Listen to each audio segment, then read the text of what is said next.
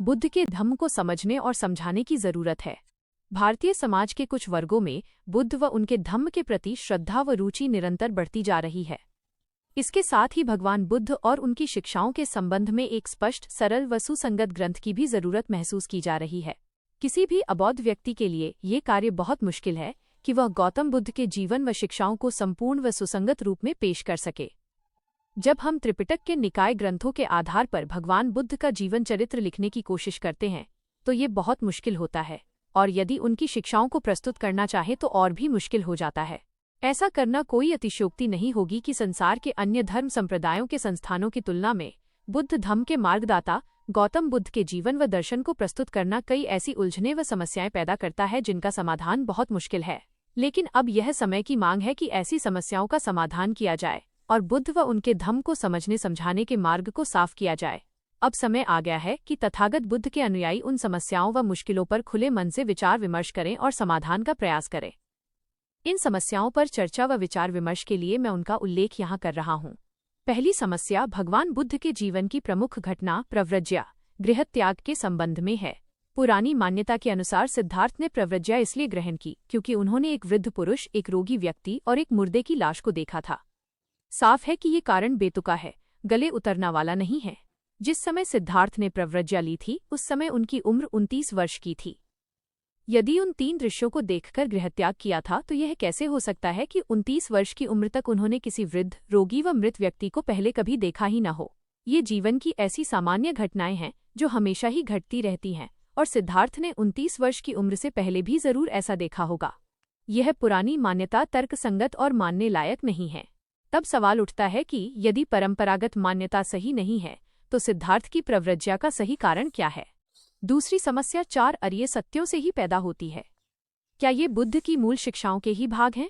पहला सत्य है दुख अरिय सत्य, अर्थात जीवन स्वभावतः दुख है। यह सिद्धांत तो मानो बुद्ध धम्म की जड़ पर ही वार जैसा लगता है। यदि जीवन दुख है, मरण भी दुख है, पुनरुत्पत्ति दुख है, तब तो सभी कुछ समाप्त है।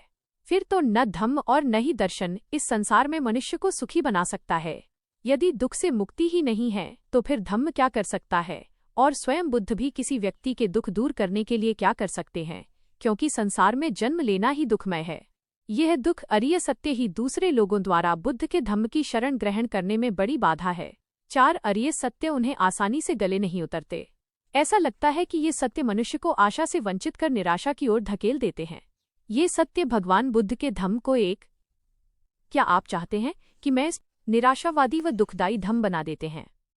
सवाल यह है कि क्या ये 4 अरिय सत्य बुद्ध की मूल शिक्षाओं के ही भाग हैं या उनके बाद भिक्षुओं द्वारा जोड़ा गया भाग है।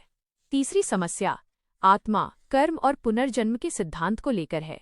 भगवान बुद्ध ने आत्मा के अस्तित्व से इनकार किया है, लेकिन कर्म व पुनर्जन्म के सिद्धांत का समर्थन किया है। सवाल उठता है कि जब आत्मा ही नहीं तो कर्म कैसा, आत्मा ही नहीं तो पुनर्जन्म कैसा?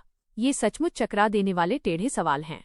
भगवान बुद्ध ने कर्म व पुनर्जन्म के सिद्धांत का समर्थन जरूर किया है, लेकिन इन शब्दों का विशेष अलग किन अर्थों में प्रयोग किया है, जिनका अर्थ उन अर्थों से बिल्कुल अलग है जो भगवान बुद्ध के समय में ब्राह्मण इन शब्दों का प्रयोग करते थे।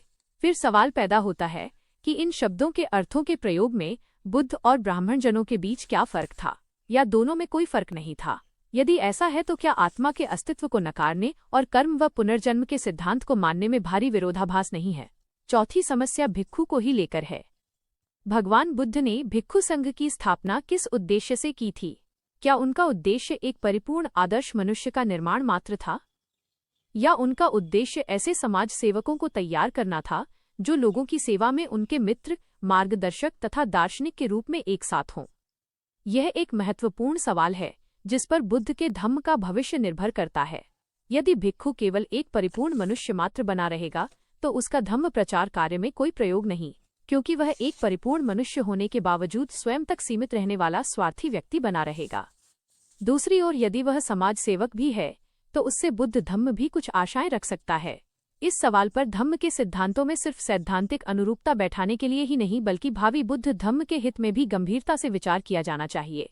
मैं आशा करता हूं कि मेरे द्वारा उठाए गए ये सवाल, जिनके जवाब आप इस ग्रंथ में पाएंगे, अनुवादक पाठकों को सोचने विचार